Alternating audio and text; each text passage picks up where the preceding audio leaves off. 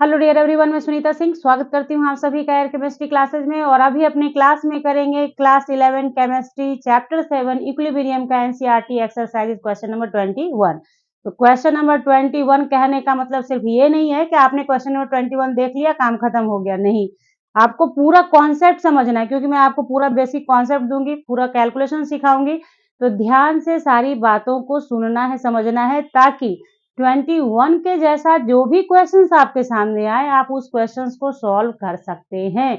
आप में इतना कॉन्सेप्ट होना चाहिए, इतना आप में समझ होना चाहिए कि क्वेश्चन को कैसे करना है ये आप समझ जाएं। सिर्फ ये नहीं कि 21 बना लिया, मेरा कॉपी फेयर हो गया, काम खत्म, ऐसा नहीं करना है। आपको क्या करना है, समझना है, सीखना है बनाने के लिए। तो अभी से मैंने 1 से 20 तक जो क्वेश्चंस बता रखे हैं, उन सारे क्वेश्चंस में पूरा जो छोटा कॉन्सेप्ट होता है वो सब कुछ दिया है बच्चों। आप 1 बाय 1 करके हर एक क्वेश्चन को देखें, पेशेंसली सुने, आपको कॉन्सेप्ट भी बिल्ड हो जाएगा और आप समझने लगेंगे अच्छा ये कैसे होता है, ये कैसे होता है। क्योंकि बहुत सारे बच्चों की यही परेशानी होती है, क्वेश्चन पढ़ते हैं, क्वेश्चन समझ ही नहीं आया कि भैया कह क्या रहा है, मांग क्या रहा है, बनाएंगे कैसे, स्टार्ट कैसे करें। तो ये सारी परेशानियां कब आती हैं, जब आप कॉन्सेप्ट को नहीं समझते हैं तब। तो इन सारी परेशानियों को दूर करते हुए मैं आपको न्यूमेरिकल बताती हूँ। तो चलिए स्टार्ट करते हैं। क्वेश्चन नंबर 21 बहुत ध्यान से सुनना है, समझना है और बनाना है, ठीक है। तो चलिए देख लेते हैं क्वेश्चन नंबर 21।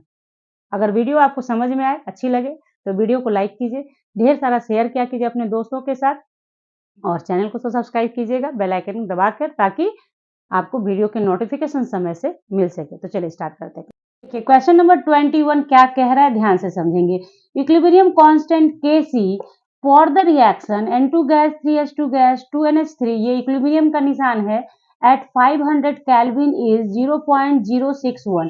यानी Kc का वैल्यू दे दिया इस रिएक्शन के लिए इतना, Kc का वैल्यू मतलब इक्विलिब्रियम कांस्टेंट का वैल्यू दे रखा है। अब क्या कहता है समझिए, एट अ पर्टिकुलर टाइम, एक पर्टिकुलर टाइम पर the catalysis shows that composition of reaction mixture is 3.0 mole per liter N2, 2.0 मोल पर लीटर H2 एंड 0.5 मोल पर लीटर NH3।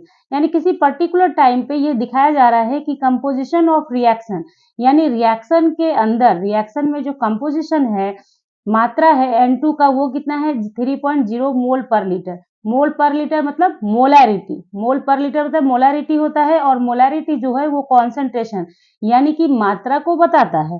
तो N2 का मात्रा कितना है किसी भी पर्टिकुलर टाइम पे 3.0 मोल पर लीटर, H2 2.0 मोल पर लीटर और NH3 हो गया इतना। तीनों का आपका एक पर्टिकुलर टाइम पे मात्रा दिया हुआ है। अब कह रहा है is the reaction at equilibrium. अब आप पता करिए कि रिएक्शन इक्विलिब्रियम में है या नहीं। अगर है तो ठीक भैया, अगर नहीं है, if not, in which direction does the reaction tends to proceed to reach equilibrium. तो आपका रिएक्शन किस डायरेक्शन में प्रोसीड करेगा टू टेंड इक्विलिब्रियम, इक्विलिब्रियम को अटेंड करने के लिए, प्राप्त करने के लिए आपका रिएक्शन किस तरफ मूव करेगा, फॉरवर्ड डायरेक्शन में या बैकवर्ड डायरेक्शन में, यही आपसे कह रहा है। तो पहली बात तो आप समझें, Kc का वैल्यू दे रखा है यानी इक्विलिब्रियम कांस्टेंट दे रखा है। पर्टिकुलर टाइम पे जब आप कांस्टेंट निकालते हैं उसे Qc कहते हैं, ठीक है। तो Qc का वैल्यू अगर Kc के वैल्यू के बराबर हो गया तो वो इक्विलिब्रियम होता है, यानी Qc जो होता है बराबर Kc के हो गया, तो ये कंडीशन है इक्विलिब्रियम का। अगर इसमें से छोटा बड़ा हो गया तब फिर हो जाता है कि आपका रिएक्शन इक्विलिब्रियम में नहीं है। अब आपको प्रोसीड करना होगा आगे पीछे करके, यानी कि बैकवर्ड डायरेक्शन में जाएगा, फॉरवर्ड डायरेक्शन में जाएगा, वो डिपेंड करेगा Qc के वैल्यू को कंपेयर करेंगे Kc के वैल्यू के साथ, ठीक है। तो सबसे पहला काम क्या करेंगे, Qc ही तो निकालना है ना हमें, तो Qc निकालें। देखिए ये जो दिया है रिएक्शन, रिएक्शन यहाँ पे है, कॉन्सेंट्रेशन आपको समझा दिया, उन्हीं चीजों को मैंने यहाँ पे लिखा है, concentration of N2, concentration of H2 at a particular time, okay. NH3 का कॉन्सेंट्रेशन भी दिया है, तो Qc यानी कांस्टेंट एट पर्टिकुलर टाइम आप इस तरह से निकालेंगे। सारा कुछ सेम होता है, सिर्फ Qc लिखा जाता है। जो रिएक्शन आपका यहाँ दिया था, तो 2NH3, तो प्रोडक्ट है NH3, तो NH3 पे पावर 2 कर दिया गया, और नीचे N2 है, चूंकि इसके आगे कुछ नहीं है, तो ये N2 रह गया और इसके आगे 3 है तो इसका पावर रेज कर गया इसके ऊपर, ठीक है। तो यहाँ दिखाया गया इस तरीके से। अब जो कॉन्सेंट्रेशन, ये बिग ब्रैकेट शो करता है कॉन्सेंट्रेशन को, तो इनका कॉन्सेंट्रेशन 0.5 है, इसका N2 का 3.0 और इसका 2.0 और इसके ऊपर क्यूब। इतना आपने कर लिया। अब कैलकुलेशन की बारी आती है, तो कैलकुलेशन आप देखेंगे कि कैसे करना होगा आपको। तो देखिए 0.5 है, 0.5 है, इसको मल्टीप्लाई कर लेंगे तो हमें पता तो है ही ना हमें कि 25 होता है ना। तो इसमें देखिए एक अंक के बाद, इसमें भी एक अंक के बाद, तो 2 अंक के बाद यहाँ डिसमिल पुट करना है, तो डिसमिल पुट कर दिया, इतना हो गया। तो आपने यहाँ वही लिखना होगा। फिर देखिए यहाँ 3.0 है और ये 2.0 का क्यूब है, तो 2.0 का क्यूब है ना, कंफ्यूज नहीं होना है, 2.0, ठीक है। तो 2.0, तो यहाँ कितना हो गया मेरा, 2 2 जा 4, है ना। इसमें 2 अंक, यहाँ पे क्या है, इसको अगर हटा देंगे तो इसका पॉइंट के बाद 0 है, इसका कोई मतलब नहीं है, तो 4 रह गया ये, ठीक है। और इसको फिर 2 से कर दीजिएगा, 2.0 से, तो 4 2 जा 8 हो जाएगा। तो यहाँ पे देखिए आप लिखेंगे इसको क्या, 0.25 डिवाइडेड बाई 3.0 का मतलब 3 ही लिखिए, कोई दिक्कत नहीं है। और इसके जगह लिखेंगे क्या, 2 2 जा 4, 4 2 जा 8, इतना लिख दिया आपने। अब आपको क्या करना है, 0.25 रह गया और 8 3 जा 24 हो गया। अब चूंकि इससे इसको डिवाइड करना होगा हमें, क्यूसी निकाल रहे हैं हम, क्यूसी निकाल रहे हैं, तो क्या कीजिएगा कि इसको हटाइए यहाँ से, तो नीचे 100 कर लीजिए इजी करने के लिए। यहाँ से अगर आपको कैलकुलेशन आता है आप कैलकुलेशन कर लो, कंपेयर कर लो, अदरवाइज ध्यान से समझेंगे इसको कि कैसे इजीली बनाएंगे इसे, ठीक है। ऐसा कर लिया आपने। अब इसे डिवाइड करके देखो किसी से डिवाइड हो रहा है या क्या, तो आपका थोड़ा सा आसान हो जाएगा। जैसे यहाँ देखिए ये कटेगा, 25 है ना ये, तो कितने से जाएगा, 25 से जाएगा एक मरतबे, और 25 चौके 100 हो गया, यानी आपका हो गया 1 डिवाइडेड बाई कितना, 4 4 4 जा 16, हैंड में 1, 4 2 जा 8, 1 9, 1 को डिवाइड कीजिए किससे, 96 से। तो 96 से जब आप डिवाइड करने 1 को जाएंगे तो क्या करेंगे, डिसमिल पुट करेंगे, 0 आएगा, अभी भी नहीं लगेगा तो एक 0 पुट करेंगे, फिर 0 लेंगे, फिर 1 करेंगे, तो 96 हो गया हमारा। तो 10 में से 6 जाएगा 4, यहाँ 9 बचा होगा तो कट गया, तो फिर यहाँ पे एक आ जाएगा, तो अभी भी ये नहीं कटेगा, तो फिर आप क्या करेंगे, एक 0 पुट करेंगे और फिर यहाँ 0 लेंगे और उसके आगे आप इसको बढ़ाएंगे, तो 4 टाइम जाएगा, यानी कि कुल मिलाकर आप इतना लिख सकते हैं 0.0104, इतना आपने लिख दिया, ठीक है। तो ये देखिए ये किसका वैल्यू आ रहा था आपका, क्यूसी का वैल्यू आ रहा है ना, क्यूसी का वैल्यू।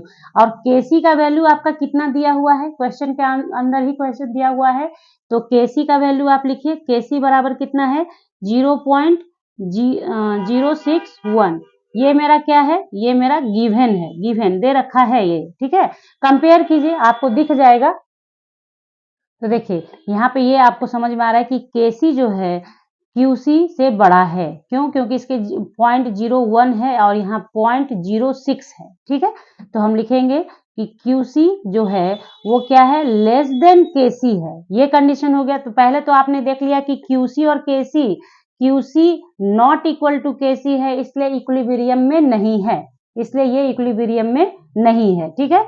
तो क्या है, क्यूसी लेस देन केसी है, और जब ये कंडीशन आ जाता है तो आपका रिएक्शन क्या होता है, फॉरवर्ड डायरेक्शन में जाता है, फॉरवर्ड डायरेक्शन में जाता है, मूव करता है फॉरवर्ड डायरेक्शन में, यानी प्रोडक्ट का प्रोडक्शन ज्यादा होगा ताकि इक्विलिब्रियम को अटेंड कर सके। ये कंडीशन आपके बुक में, एनसीईआरटी बुक में तीनों कंडीशन एक जगह दे रखा है, अब मैं आपको दिखा भी दूंगी। यहाँ पे क्या है कि क्यूसी बराबर केसी है तो इक्विलिब्रियम है, क्यूसी लेस देन केसी है तो आपका फॉरवर्ड डायरेक्शन में जाएगा, क्यूसी ग्रेटर देन केसी है तो बैकवर्ड डायरेक्शन में जाएगा आपका क्या, रिएक्शन, ताकि वो इक्विलिब्रियम को अटेंड कर पाए, ठीक है।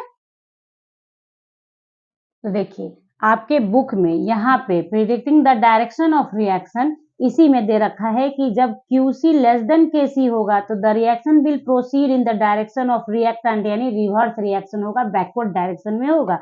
आपका कंडीशन कौन सा है, ये वाला आया है ना, QC less than KC, the reaction will proceed in the direction of product forward reaction, यानी कि ये जो चीज आपका है इसी के आगे आप देख लोगे तो आपको दिख जाएगा QC बराबर KC भी दे रखा है, QC बराबर KC, the reaction mixture is already at equilibrium, okay. तो इस तरीके से देखिए कॉन्सेप्ट पूरा होना बहुत जरूरी है, कॉन्सेप्ट नहीं होगा तो फिर आप कैसे बनाएंगे क्वेश्चंस। देखिए जो वहाँ एनसीईआरटी बुक में था मैंने उसी को क्यूसी लेस देन केसी लिखा और उसे लिख दिया कि भैया ये कंडीशन इस चीज का है कि रिएक्शन मेरा फॉरवर्ड डायरेक्शन में तब तक जाएगा जब तक कि क्यूसी का वैल्यू सेम एज केसी नहीं हो जाता है, यानी फर्दर इक्विलिब्रियम अटेंड करना चाहता है रिएक्शन। तो इस तरीके से मैंने आपको जो कहा है स्टार्टिंग में वीडियो के, मैं पूरे कॉन्सेप्ट और के साथ आपको बताऊंगी कि कौन सा कॉन्सेप्ट लगेगा, कैसे आपको बनाना है। तो आई होप कि ये क्वेश्चंस आपके समझ में आ गया, आप समझ गए हैं कि कैसे ऐसे क्वेश्चंस को कैसे सॉल्व करना है। और मैंने हर वक्त एक चीज कहा है, एट अ पर्टिकुलर टाइम। तो पर्टिकुलर टाइम जब कहेगा तो क्यूसी निकालना होगा आपको, एकदम फिक्स है कि क्यूसी आप निकालेंगे और फिर कंपेयर कर लेंगे, ठीक है। तो इस तरीके से ये क्वेश्चन डन हुआ, इस आशा के साथ कि ये क्वेश्चन आपको बहुत अच्छे से समझ में आया है और आप बहुत सारा इसे शेयर करेंगे, लाइक देंगे और कमेंट भी करेंगे। मिलेंगे नेक्स्ट क्वेश्चन के साथ नेक्स्ट क्लास में, तब तक के लिए bye, thank you, take care, have a nice day बच्चों।